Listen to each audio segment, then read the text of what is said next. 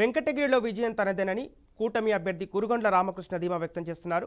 జగన్ పాలనలో అంతా నాశనమైపోయిందని మండిపడ్డారు. కూటమి నేతలను ప్రజలు బలంగా నమ్ముతున్నారని తెలిపారు. ఇక జూన్ 4 తర్వాత కూటమి ప్రభుత్వం ఏర్పడబోతుందంటున్న రామకృష్ణతో మా ప్రతినిధి యామిని ఫేస్ టు ఫేస్. నమస్తే, welcome to BRK news. This is Yamini.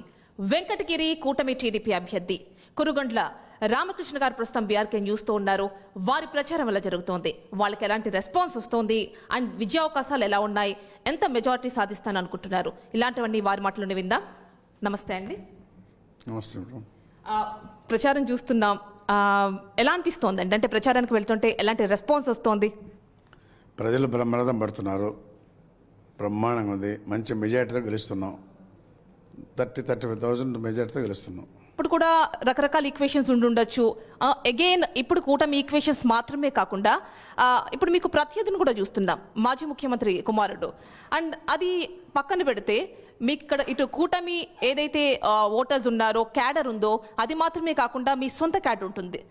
ఇవన్నీ కూడా మీకు ప్లస్ అనుకోవచ్చు. అండ్ ఆనం రామనారాయణ రెడ్డి, ఈయన ఇక్కడ సిట్టింగ్ ప్రస్తుతం వేరే చోట ఉన్నారనుకోండి, బట్ ఆయన క్యాడర్ కూడా మీకు ప్లస్ అయ్యే ఛాన్స్ కనిపిస్తోంది. ఎంత మెజారిటీ ఎక్స్పెక్ట్ చేస్తున్నారు? ఆయన కూడా నాకు హెల్ప్ చేస్తున్నాడు. ఎందుకంటే 14 నుంచి 19 దాకా నేను బ్రహ్మాండంగా అభివృద్ధి చేశాను. ఆ అభివృద్ధిని చూస్తే నాకు మంచి ఓట్లేసి మంచి మెజార్టీ ఇస్తారు, నేను అదే భావిస్తున్నా.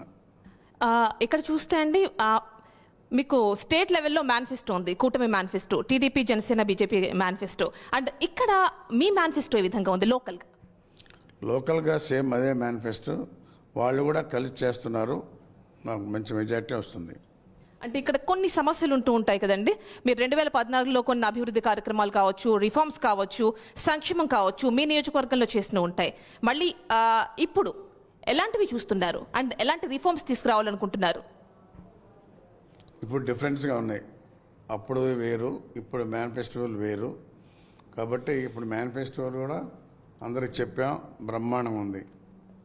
ఎందుకంటే తల్లికి వందనం, ఎంతమంది బిడ్డలుంటే అంతమందికి ఒక్కో బిడ్డకి సంవత్సరానికి 15,000, 3 బిడ్డలుంటే 45,000.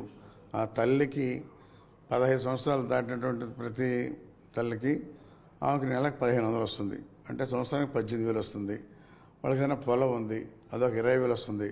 దగ్గర చూస్తే ఒక కుటుంబానికి 1,00,000 రూపాయలు వస్తుంది. అంటే ఇవి మాత్రమే కాకుండా ఫ్రీ బస్ కావచ్చు మహిళలకి, ఇంకా గ్యాస్ సిలిండర్స్ ఒక 3 ఇస్తున్నారు. అండ్ ఇంకా రకరకాల కేటగిరీస్కి, మత్స్యకారులకు కావచ్చు, రకరకాలుగా ఉన్నాయి. ఇక్కడ అన్నీ కలిపితేనే 1,00,000 రూపాయలు పైన వస్తుంది ఒక కుటుంబంకి. సిలిండర్లు కానీ, అదేవిధంగా రైతులకి పొలం ఉంటే ఒక 20,000 కానీ, ఆ మహిళలకి నెలకి 1,500 కన్నా 18,000 కానీ, గ్యాస్ సిలిండర్ కానీ, అన్నీ కూడా కలిపితే 1,00,000 రూపాయల పైన కుటుంబానికి వస్తుంది. సో ఇవన్నీ కూడా మీ గెలుపు అవకాశాలను సుగమం చేస్తాయి అనుకుంటున్నారు? ఖచ్చితంగా, డెఫినెట్గా చేస్తాయి. అండ్ ఇక్కడ చూస్తే అండి, మీ డాటర్కి ఇచ్చారు ఫస్ట్ టికెట్ ఇక్కడ నుంచి, అండ్ బీఫామ్ మీకు వచ్చింది. ఫస్ట్ ప్రచారం జరిగింది పాపకి ఇవ్వాలని.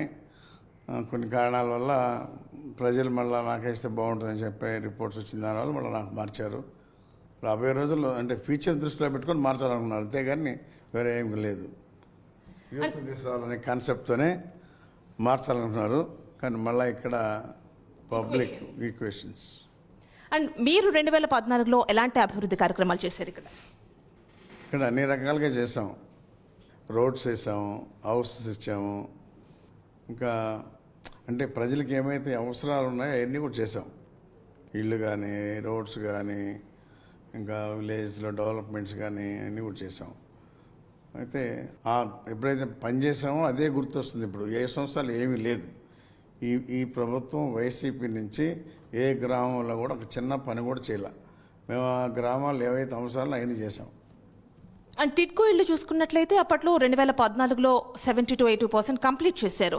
అవి లబ్ధిదారులు ఇంకా రాలేదు అన్న ఒక విమర్శ అయితే ఉంది. మరి ఇప్పుడు మీ గవర్నమెంట్ వచ్చిన తర్వాత మీ నియోజకవర్గంలోని ఎవరైతే లబ్ధిదారులు ఉన్నారో వాళ్ళకి ఏం చేయబోతున్నారు? 2,400 మందికి టిట్కో ఇళ్ళు ఆల్మోస్ట్ 90% కంప్లీట్ అయింది. అక్కడంతా కూడా ఇంకా నా డ్రైన్స్, ఎలక్ట్రికల్ వర్క్ రెండే ఉండేది.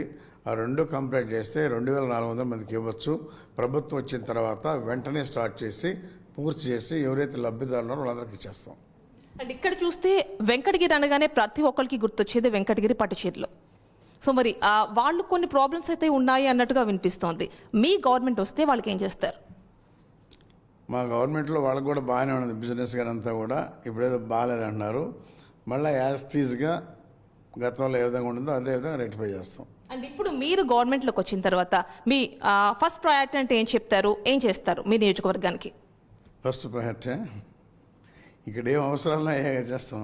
అంటే ఎవరికైనా టాప్ 10 ఉందనుకోండి, టాప్ 1లో ఒకటే ఉంటుంది, అలాంటిది ఫస్ట్ టిట్కో ఇళ్ళు ఎవరైతే లబ్ధిదారులు ఉన్నారో వాళ్ళందరికీ పంచిపెడతాం.